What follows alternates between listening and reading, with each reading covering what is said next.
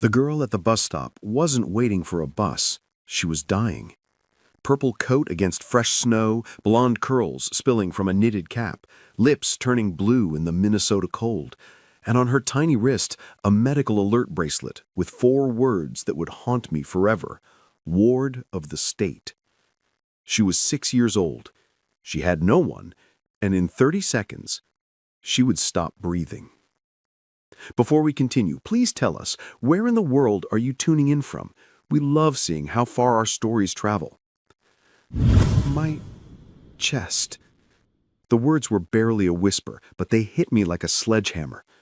The little girl's hand pressed against her sternum, her brown eyes glazed with confusion and terror. I dropped to my knees beside the bench, my work boots crunching in the fresh snow, hazard lights from my truck still flashing behind me. "Hey, sweetheart, can you hear me?" My fingers fumbled for my phone while checking her pulse with my other hand. Rapid. Weak.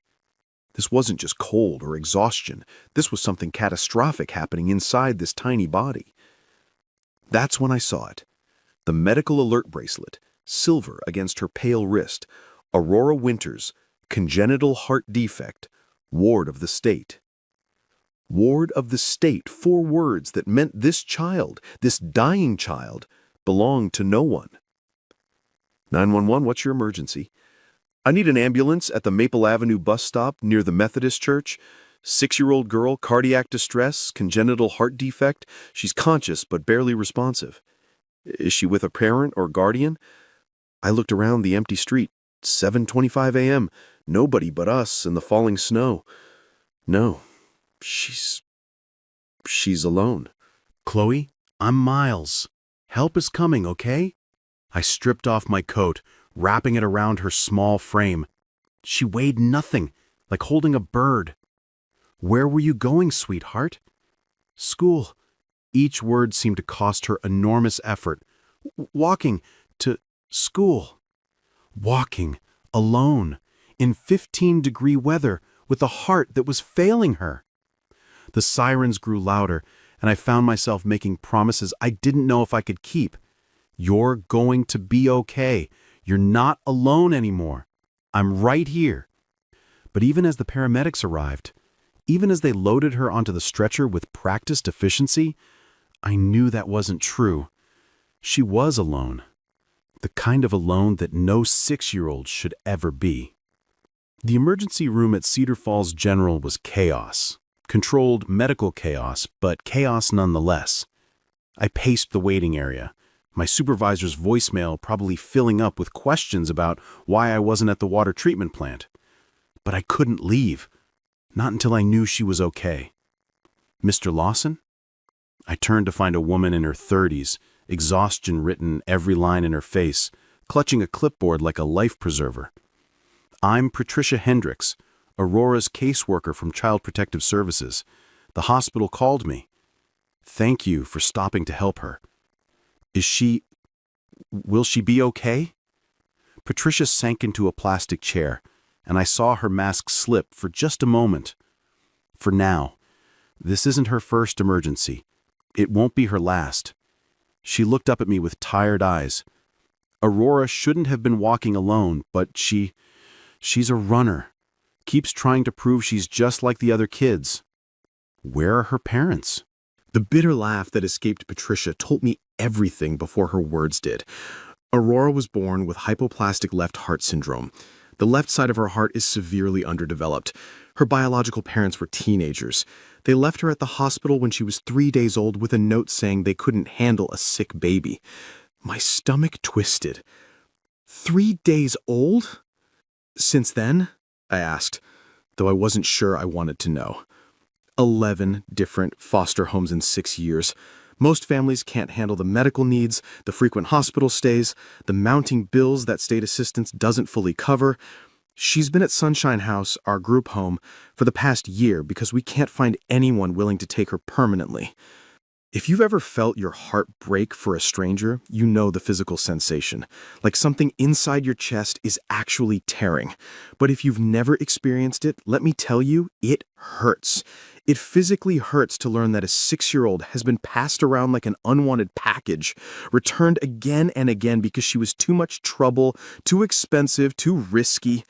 Have you ever wondered what that does to a child's soul? To know that 11 different families looked at you and decided you weren't worth fighting for? Patricia's phone buzzed constantly as we waited.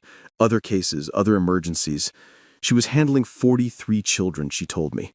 Aurora was one of her good kids, meaning she didn't cause trouble, so she often got overlooked for the children with behavioral issues who demanded immediate attention. The squeaky wheel gets the grease, Patricia said, her voice hollow. Aurora is quiet, compliant, sweet, so she gets forgotten, over and over again. Dr. Andrea Brennan finally emerged after 2 hours, her scrubs rumpled, her expression grim. Mr. Lawson, I understand you found Aurora? Is she okay? She experienced an arrhythmia episode, likely triggered by the cold weather and physical exertion. We've stabilized her, but she paused, choosing her words carefully. Her condition is deteriorating faster than we anticipated. She needs to be moved up on the transplant list, but without a family advocate, without someone fighting for her every day, these kids tend to get overlooked. Can I see her? Dr. Andrea and Patricia exchanged glances. That's unusual, but you did save her life. 5 minutes. Aurora looked even smaller in the hospital bed, dwarfed by machines and tubes and the mechanical rhythm of monitors. Her eyes opened when I approached, and she managed a weak smile that absolutely destroyed me. You're the man from the bus stop, she whispered. That's right. I'm Miles. How are you feeling? Tired. She looked around the sterile room, and I saw something flash in her eyes, a resignation that belonged on someone who'd lived 70 years, not 7. I'm always tired. I pulled the visitor's chair closer. The doctors are taking good care of you. I know. She studied my face with those 2 wise eyes. Are you going to leave now too? What do you mean? Everyone leaves. Her voice was matter-of-fact, like she was explaining a law of physics rather than the story of her life. The nice nurse who brought me books last time got a different job. Mrs. Foster, who said she wanted to adopt me, changed her mind when I got sick again. Even my roommate at Sunshine House got adopted last week. She paused, her small fingers picking at the hospital blanket. It's okay. I understand. I'm expensive. Expensive. This 6-year-old had internalized that her worth was measured in medical bills and inconvenience. Aurora, I have a son named Jaden. He's 8. Would it be okay if we visited you tomorrow? For the first time, genuine surprise flickered across her face. Really?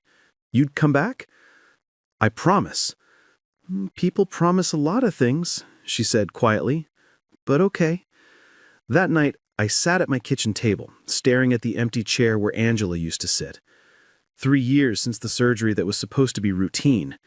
3 years of Jaden and me figuring out how to be a family of 2 instead of 3. Dad? Jaden appeared in the doorway, Spider-Man pajamas and messy hair. Why are you still up? Just thinking, buddy. Hey, remember how I was late picking you up from school today? Yeah, Mrs. Henderson waited with me. I found the little girl who was very sick. She's in the hospital now. Jaden climbed into my lap, something he rarely did anymore at 8 years old. Is she going to be okay? I hope so. She doesn't have a family, Jaden. She lives in a group home with lots of other kids who don't have families. That's sad. He was quiet for a moment. Can we visit her? Would you want to? Yeah. Nobody should be alone when they're sick. Sometimes your 8-year-old says something so simple and so profound that you realize they understand the world better than most adults. The next day, after school, I brought Jaden to the hospital. I'd worried about how he'd react to all the medical equipment, but he walked right up to Aurora's bed and said, "Hi, I'm Jaden. My dad said you don't have anybody to play cards with. I brought Uno." Aurora's eyes went wide.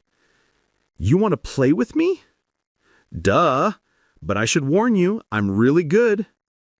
And that simply, a friendship was born. Over the next week, we fell into a routine. I'd pick up Jaden from school, we'd grab dinner from the hospital cafeteria, and spend the evening in Aurora's room. Jaden would do his homework while Aurora watched, fascinated by second-grade math.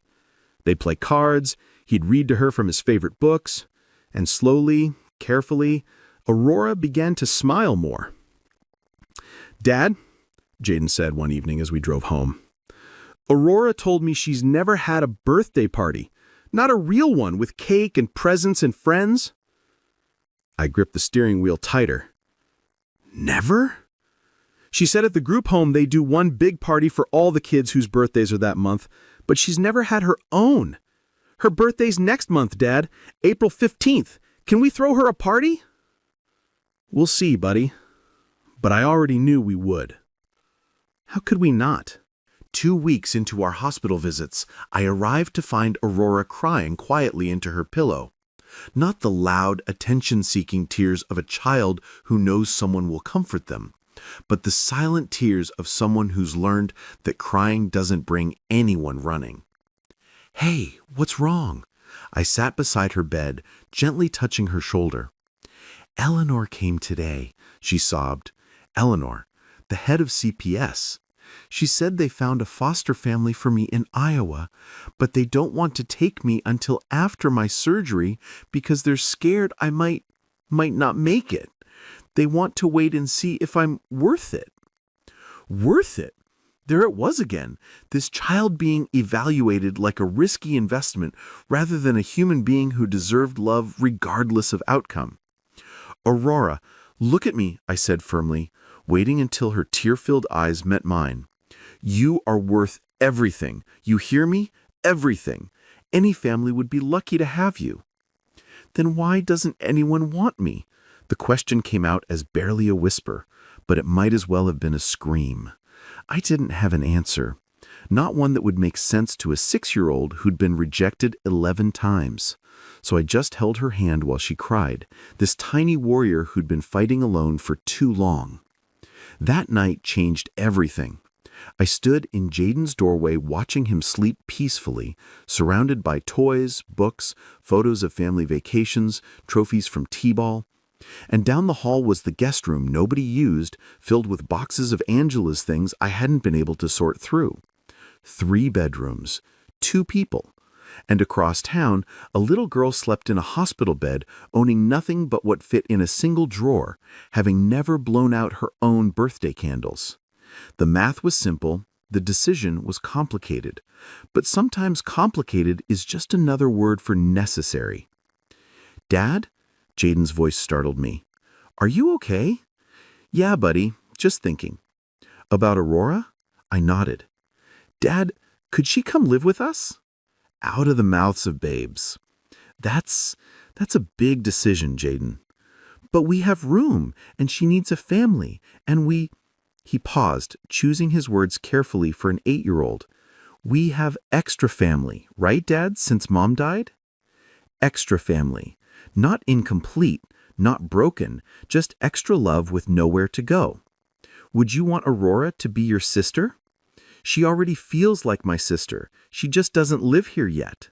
The next morning, I walked into Patricia's cluttered office at CPS. "I want to foster Aurora," I said without preamble. Patricia looked up from her mountain of paperwork, coffee mug frozen halfway to her lips. "Mr. Lawson, that's a huge decision. She has serious medical needs. The financial burden alone." "I know what I'm signing up for. I've been there every day for the past month. Jaden adores her. She needs a family, and we have room in ours." "Shh, you're a single father. That makes it more complicated." "But not impossible?" Patricia studied me for a long moment, and I saw something shift in her expression, from skepticism to something that looked dangerously like hope. "No, not impossible. But the process takes time. Background checks, home studies, interviews, and with her medical condition being so severe, then we'd better start now." She pulled out a fresh folder, wrote "Winter's Aurora Placement" on the tab. You know this could take months, and there's no guarantee. Patricia, that little girl asked me if she was worth it. A 6-year-old asked me if she was worth fighting for. So yes, I know there are no guarantees, but she deserves to have someone try. Patricia's eyes misted over. In her line of work, I imagined hope was a dangerous thing to feel. Okay, let's do this. The foster application process was like running a marathon through molasses while people threw paperwork at you. Social workers visited my home, measuring room dimensions, inspecting smoke detectors, inspecting the medicine cabinet. They interviewed my neighbors, my employer, Jaden's teachers. They scrutinized my finances, my parenting history, my mental health after Angela's death. Why do you want to foster a medically fragile child? Dr. Solomon asked during my evaluation. I thought about all the complicated answers I could give, but in the end, the truth was simple. Because she needs someone to. Because when I look at her, I don't see medical bills or complications. I see a little girl who's never had anyone choose her first. And I want to be the person who does. What about when things get hard, when she's in the hospital for weeks, when the bills pile up, when your son feels neglected because Aurora needs more attention? Then we'll handle it. Families handle things. That's what they do. But she's not your family. Yes, I said firmly, she is. During this time, Aurora was discharged from the hospital and returned to Sunshine House. We were allowed supervised visits, 2 hours, 3 times a week. The group home was clean, safe, but institutional in a way that made my chest ache. 22 children, 4 staff members, and not enough anything to go around. Not enough attention, not enough affection, not enough hope. Aurora would wait for the window for us, Patricia told me. Starting an hour before we were supposed to arrive, she'd pull a chair over and watch the parking lot. She doesn't believe you'll keep coming, Patricia explained. Every week she's surprised when you show up.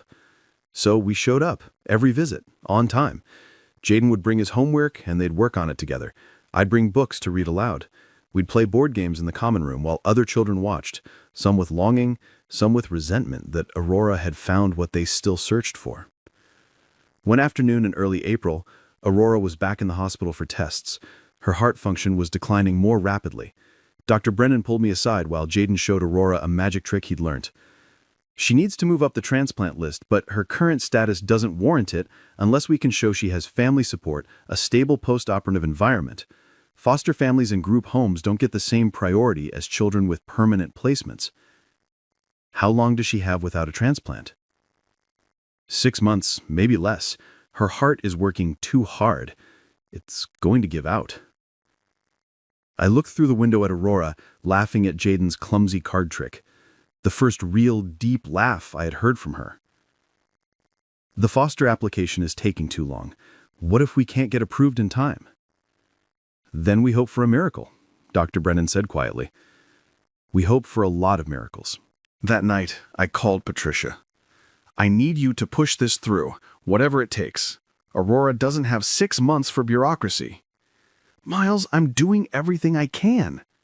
Then do more, please.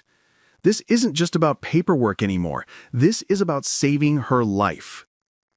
Patricia was quiet for a long moment. I'll call in every favor I have. But Miles, even if we get approval, fostering isn't adoption. You could do all this and the state could still move her if they find what they consider a better placement. Then I'll adopt her. The words came out before I'd fully thought them through, but once they were in the air, they felt right. They felt like the only words that made sense. That's a much longer process, a year minimum after fostering, and single fathers adopting girls, it's not impossible, but it's scrutinized heavily. Patricia, I will do whatever it takes. Fill out every form, take every class, jump through every hoop. That little girl is not going to die thinking nobody wanted her. On a Thursday evening in early April, my phone rang. It was Dr. Brennan. We have a heart, she said simply. A match from a child in Wisconsin. We need to move now. Everything else fell away. I grabbed Jaden, called my supervisor to say I wouldn't be in tomorrow or possibly next week, and raced to the hospital. They were prepping Aurora for surgery when we arrived. She looked impossibly small on the gurney, surrounded by medical staff marking her chest, checking charts, speaking in medical terminology that probably terrified her. "I'm scared," she whispered when she saw me, tears streaming down her face. "What if I don't wake up? I'll be alone." I took her tiny hand in mine, Jaden taking her other hand. "You're not alone. You'll never be alone again. Jaden and I will be right here when you wake up. And Aurora, when you're better, when you're released, you're coming home with us." Her eyes widened, the tears stopping in shock. "Home? A real home? Your home, your room, your family. The paperwork came through this afternoon. Emergency foster placement. Patricia pushed it through. You're going to be our foster daughter, and if you'll let us, we want to adopt you and make it forever." "You want me?"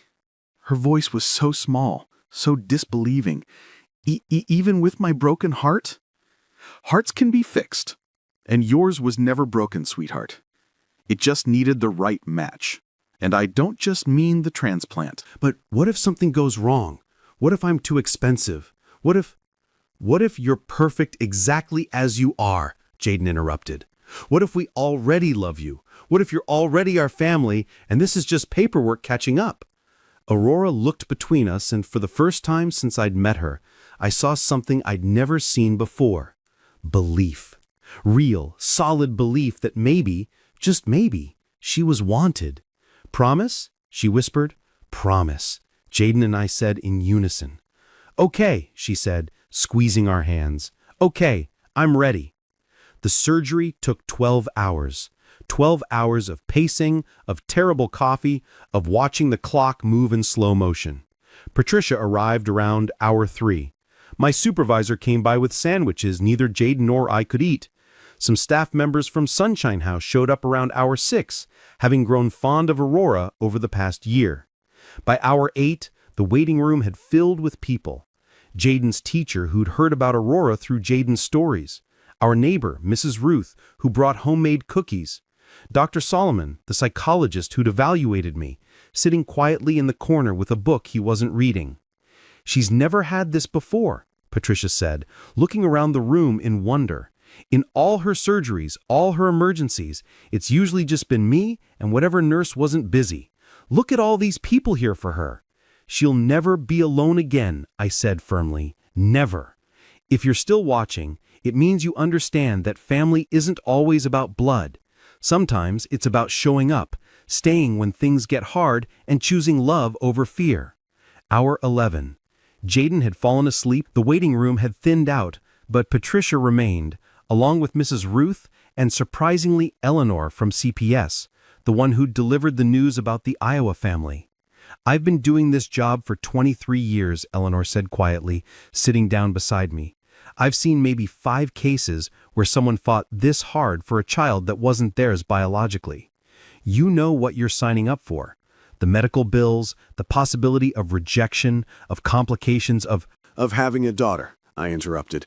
"I'm signing up for having a daughter." Eleanor smiled, the first genuine smile I'd seen from her. Good answer. Finally, after 12 hours and 17 minutes, Dr. Brennan emerged. She was exhausted, but smiling, really smiling. "The surgery was successful. Her new heart is beating strongly. She's a fighter, that one." The relief nearly knocked me over. Jaden woke up at my movement, immediately alert. "Is she okay? Is Aurora okay?" "She's okay, buddy. She's going to be okay." We weren't allowed to see her yet. She'd be in recovery for hours, but knowing she was alive, that her new heart was beating, that she'd wake up to find us there as promised, was enough. 3 days later, Aurora woke up properly for the first time. Her eyes found us immediately, Jaden on one side, me on the other, exactly where we'd promised to be. "You stayed," she whispered, her voice hoarse. "Of course we stayed," Jaden said. "Family stays." "Family," Aurora repeated, like she was tasting the word for the first time. Is that what we are now? That's what we've been since the day Dad found you, Jaden said matter-of-factly. It just took everyone else a while to figure it out. The recovery wasn't easy. There were complications, setbacks, days when Aurora's body wanted to reject the new heart. But every day, we were there. When she was finally stable enough for visitors beyond immediate family, the parade began. Jaden's classmates made cards. My coworkers took up a collection for medical expenses. The group home kids made a banner that read, "Aurora's got a family." But the moment that broke me completely came 2 weeks post-surgery. Aurora was sitting up, still weak, but improving daily. A social worker was updating her file, going through standard questions. "Emergency contact?" the social worker asked. "My dad, Mills Lawson. He's my dad." The social worker looked up. "And secondary contact?" "My brother, Jaden. But he's only 8, so maybe put my dad twice." It was the first time she'd claimed us out loud to someone else. My dad, my brother, my family. 3 weeks later, on her 7th birthday, April 15th, Aurora woke up in her new room in our house. We'd been given temporary permission to bring her home for her birthday, though she'd have to return to the hospital for monitoring the next day. Patricia had helped us move her few possessions from Sunshine House. They fit in a single box: some clothes, a stuffed bear with one eye missing, a photo of her with her former roommate, and a journal where she'd drawn pictures of families she imagined might want her one day. In one drawing, dated 3 weeks after we'd met, she'd drawn 3 figures: a tall man, a boy with messy hair, and a small girl with a big red heart on her chest. Underneath, in careful first-grade printing, she'd written, "My maybe family." The room we'd prepared was purple, her favorite color. Jaden had insisted on hanging stars from the ceiling, so she can make wishes whenever she wants. There were more stuffed animals than any child needed, donated by friends, neighbors, and strangers who'd heard her story. Books lined one wall, and in the corner sat a small desk where she could draw her pictures. "Is this really mine?" Aurora asked, standing in the doorway like she was afraid to enter. "All yours," I confirmed. "Forever." She took one tentative step, then another, then ran to the bed and threw herself onto it, laughing and crying at the same time. "It's so soft, and it's purple, and there are so many bears." "Look, Jaden," pulling her to the window. "You can see the park from here. When you're all better, we can go play there every day." "Every day?" "Every single day if you want," I promised. Downstairs, we had another surprise. Remember when Jaden had told me Aurora had never had her own birthday party? Well, we might have gone a little overboard. The living room was transformed with balloons, streamers, and a banner that read, "Happy 7th Birthday, Aurora." The cake was 3 layers, purple frosting, with 7 candles waiting to be lit. And the guests? Patricia was there, of course. Dr. Brennan had stopped by on her lunch break, Mrs. Ruth from next door, Jaden's teacher, 3 kids from Jaden's class whose parents had heard the story, even Eleanor from CPS, who brought a gift that made Aurora gasp, a photo album with Aurora's family written on the cover, already containing pictures Patricia had secretly taken during our hospital visits. "Make a wish, sweetheart," I said as we lit the candles. Aurora closed her eyes tight, her face scrunched in concentration. Later, she'd tell me she'd wished for the same thing she'd wished for every birthday since she could remember, a family who wouldn't leave. But this time she added something new to the wish, that she could stay forever. She blew out all 7 candles in one breath, and everyone cheered. It was the first time in her life she'd heard people sing Happy Birthday with her name in it, just for her, not shared with 5 other kids whose birthdays happened to fall in the same month. That evening, after everyone had gone home and Aurora was back in the hospital for monitoring, she held my hand tight. "Dad," she said, the words still new and precious, "today was the best day of my whole life." "Mine too, sweetheart." "Even better than when you married Jaden's mom?" I thought about it. My wedding day had been beautiful, full of hope and promise. But this was different. This was choosing to rebuild after loss, choosing hope after grief, choosing to expand our family in ways I'd never imagined. Different kind of best, but just as important. Will there be more best days? So many more, I promised. So many more. The foster period required by law was 6 months. 6 months of social worker visits, progress reports, court hearings. 6 months of Aurora learning what it meant to be part of a family. That she could take food from the fridge without asking, that bad grades didn't mean we'd sent her away, that getting sick wasn't a reason for apology. There were challenges, of course there were. The night terrors where she'd wake up screaming that we'd left. The hoarding of food in her room because she couldn't quite believe it would always be available. The panic when I was 5 minutes late picking her up from school. The constant apologizing for existing, for taking up space, for needing things. But there were more victories. The first time she called out Dad without hesitation. The morning she crawled into my bed after a nightmare instead of crying alone. The day she told a kid at school that Jaden was the best brother in the whole world. The evening she asked if she could hang a picture she'd drawn on the fridge, like a real family does. We are a real family, Jaden told her firmly. We've been real since day one. 6 months later, on a crisp October morning, we stood in a courtroom. Aurora wore a purple dress she'd picked out herself, my adoption dress, she'd called it. Jaden wore his best suit, the one he'd worn to my cousin's wedding, but insisted on adding a purple tie to match his sister. Judge Martinez looked over the paperwork, then at our little family. I've reviewed all the reports, the medical team's recommendations, the social worker evaluations, the home studies. Mr. Lawson, you've taken on something extraordinary here. Aurora's the extraordinary one, Your Honor. Indeed. She looked at Aurora. Aurora, do you understand what's happening today? Aurora nodded solemnly. I'm getting adopted, for real and forever. Miles is going to be my dad officially, not just foster dad, and Jaden will be my real brother, not just foster brother, and I'll be Aurora Lawson instead of Aurora Winters. Actually, I interrupted. Aurora Angela Lawson, if that's okay with you, sweetheart. Angela was Jaden's mom. She would have loved you so much. Aurora's eyes filled with tears. Aurora Angela Lawson? I have a middle name? A real middle name that means something? What do you think, buddy? I asked Jaden. I think Mom would be really happy, he said, his voice thick. She always wanted a daughter. She would have loved Aurora. Judge Martinez was clearly fighting tears herself. Well then, Aurora, I have one more question for you. Do you want this adoption to go through?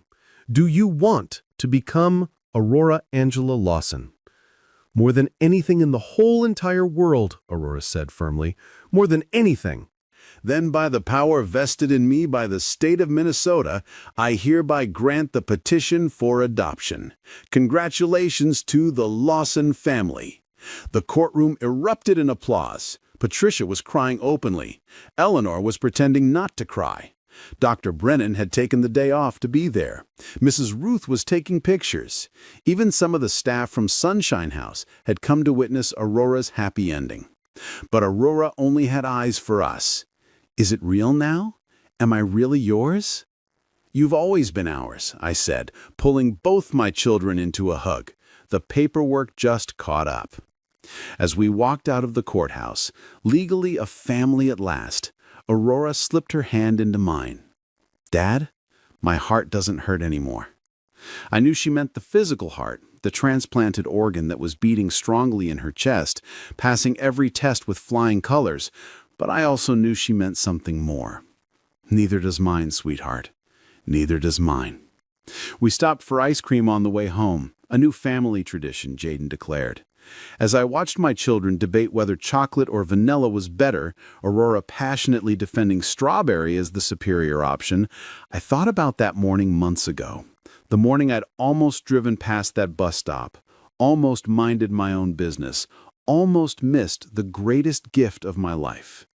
Some people say I saved Aurora that day. They say I'm some kind of hero for stopping, for staying, for fighting through the foster system and adoption process, but they're wrong. Aurora saved us. She saved Jaden from growing up thinking family was only about who you were born to. She saved me from closing my heart after Angela's death, from believing our family was complete as it was. She taught us that love multiplies, it doesn't divide. That adding to your family doesn't mean loving anyone less, it means discovering you had more love to give than you ever imagined. The little girl who had collapsed at a bus stop, alone and forgotten by the world, had not only survived, but had become the heart of our family. Not the transplanted heart beating in her chest, but the emotional heart that had taught two grieving people how to hope again. Her medical alert bracelet now sits in a jewelry box on her dresser. She doesn't need it anymore. Her medical information is on file at school, at the doctor's office, in my wallet.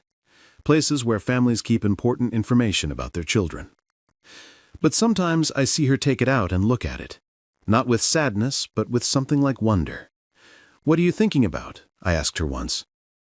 Just that if I hadn't been sick, if I hadn't collapsed that day, if you hadn't stopped, we might never have found each other.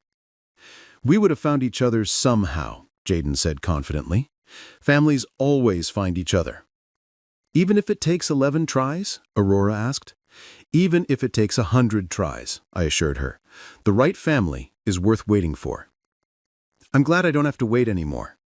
"No more waiting," I promised. "You're home?" If this story touched your heart, please share it. Somewhere out there is a child waiting for their family to find them. Somewhere is a family with room in their hearts for one more. Sometimes all it takes is one person stopping when everyone else drives by. One person choosing to stay when everyone else leaves. One person saying, "You're worth it," when the world has been saying otherwise. It's April 15th again, Aurora's 9th birthday. But this year is different. This year, she's the one making the speech. Hi everyone, my name is Aurora Angela Lawson, and 2 years ago, I got a new heart. But that's not what saved my life. The room is packed. Foster families, social workers, doctors, and most importantly, 23 children from Sunshine House, kids still waiting for their families to find them. What saved my life, Aurora continues, her voice growing stronger, is someone stopping when they could have kept driving. Someone choosing to come back when everyone else had left. Someone deciding I was worth fighting for, even when I didn't believe it myself. I watched from the side of the room, Jaden beside me, both of us trying not to cry. Aurora had insisted on organizing this event, a fundraiser for Sunshine House, but more than that, a celebration of choosing family. I lived in 11 different homes before I found my dad and my brother. 11 times, people decided I was too much trouble, too expensive, too sick. But you know what? That wasn't about me. That was about them not being my right family yet. She looks directly at the group of children from Sunshine House. Your family is out there. Maybe they don't know it yet. Maybe they're driving to work one morning not knowing their whole life is about to change. Maybe they think their family is complete, not realizing there's a U-shaped hole waiting to be filled. Patricia, sitting in the front row, is openly sobbing now. Eleanor, beside her, tissues in hand. Dr. Brennan is recording everything on her phone, having become Aurora's unofficial medical advocate and honorary aunt. The day my dad found me, I was dying. Not just my heart, my hope was dying too. I'd given up believing anyone would choose me. But he didn't just save my heart that day. He saved all of me. And then he and Jaden kept saving me every single day by showing up, by staying, by choosing me even when things got hard. Aurora pulls out a small box from behind the podium. "Dad, can you come up here?" I walked to the front, confused. This wasn't part of the program we had rehearsed. 2 years ago, you gave me a family. You gave me a name, a home, a brother, and more love than I knew existed. So today, I wanted to give you something. She opens the box. Inside is a watch. Not expensive, probably bought with her saved allowance money, but engraved on the back are the words, "Every second counts. Love, your daughter." Because every second since you stopped at that bus stop has been a gift, and I wanted you to know that I count every one. I pull her into a hug, not caring that we're in front of 100 people, not caring that tears are streaming down my face. "Best gift ever," I whisper. "No," she whispers back. "Second best. The best gift was you choosing me." The event raises $12,000 for Sunshine House. But more importantly, 3 families approach Patricia about starting the foster process. One couple specifically asks about a boy with medical needs they'd noticed in the corner, too shy to join the other kids. That's Marcus, Patricia tells them. He has type 1 diabetes. He's been with us for 2 years. We'd like to meet him, the woman says. My husband is diabetic too. We understand the challenges. Aurora watches this interaction with laser focus, then tugs on my sleeve. Dad, it's happening. Marcus is finding his family, just like I found mine. That evening, as we're cleaning up the community center, Aurora grows quiet. Are you okay, sweetheart? Dad, do you think Mom, Angela, would be proud of us, of our family? I think about Angela, about the dreams we'd had for our family, dreams that had taken a different shape but were no less beautiful. I think she would be amazed, I tell Aurora honestly. I think she would love how brave you are, how kind Jaden has become, and how our family grew in ways we never expected. And I think she would be especially proud that you're using your story to help other kids find their families. I want to be a social worker when I grow up, like Patricia, but with more time for each kid. I want to be the person who doesn't give up on them. You already are that person, Jaden says, joining us with a box of leftover decorations.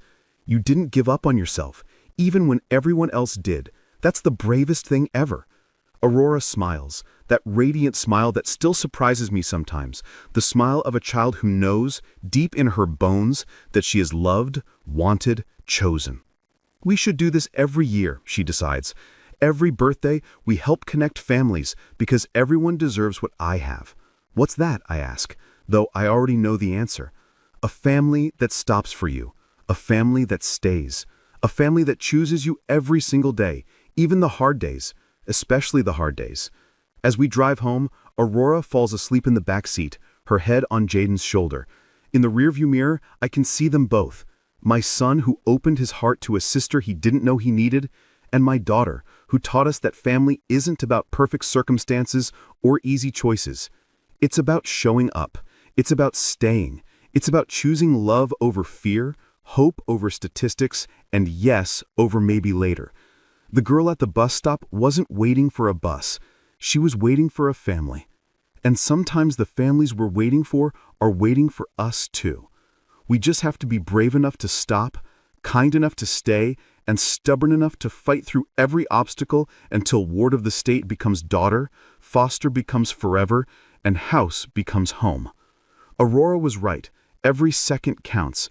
And I'm grateful for every single second since that February morning when I almost drove past but didn't, when I almost minded my own business but couldn't, when I almost let fear win but chose love instead.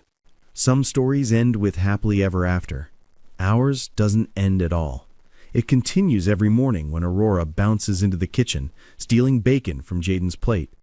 It continues every evening when she does homework at the kitchen table, no longer surprised that help is available. It continues every night when she says, "Good night, Dad, love you," without the question mark that used to hang at the end. It continues in the knowledge that somewhere in Minnesota, there's a little girl who went from having no one to having everyone she needs. A little girl whose heart, both the physical one and the metaphorical one, finally works the way it's supposed to. Not broken, not damaged, not worth it or not worth it. Just loved. Completely, unconditionally, forever loved. And isn't that what every child deserves? Isn't that what every one of us deserves? To be someone's reason to stop, to be someone's reason to stay, to be someone's reason to fight, to be chosen again and again and again until choosing becomes as natural as breathing. Aurora breathes easily now. Her new heart beats steady and strong. But more than that, she breathes with the confidence of a child who knows she'll never wake up alone again, who knows that when she calls out, "Dad," someone will answer. When she says, "I love you," someone will say it back. When she dreams about the future, she includes us in those dreams. The girl at the bus stop saved my life too. She saved me from a grief that was closing me off from possibility. She saved me from thinking our family was complete when it was actually waiting for its missing piece. She saved me from driving past miracles because they looked like complications. Love usually does look like a complication at first. It looks like paperwork and hospital visits and court dates. It looks like hard conversations and sleepless nights, and more challenges than you signed up for. But if you push through the complications, if you choose to see the person beneath the circumstances, if you stop when everyone else keeps driving, you might just find your Aurora. And she might just save you right back. If you've made it this far, thank you. Thank you for caring about Aurora's story. Thank you for believing that every child deserves a family. Thank you for not driving past. Maybe you're thinking about fostering. Maybe you know someone who is. Maybe you just needed to believe that happy endings are possible, even for the kids who've been passed over 11 times. They are possible. I promise you, they are. It won't be easy. It will be the hardest thing you've ever done. But it will also be the most beautiful. Because there's nothing, absolutely nothing more powerful than looking at a child the world has forgotten and saying, I choose you. Today, tomorrow, and every day after that. Aurora is sitting beside me as I tell this story, reading over my shoulder, making sure I get the details right. She wants me to tell you one more thing. If you're a kid like me, waiting for your family, don't give up. They're looking for you. They just don't know it yet.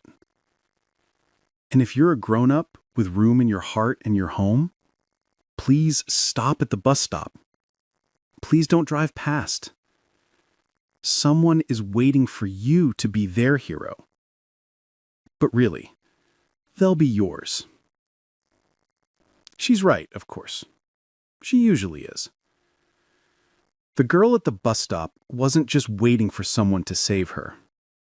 She was waiting to save someone right back.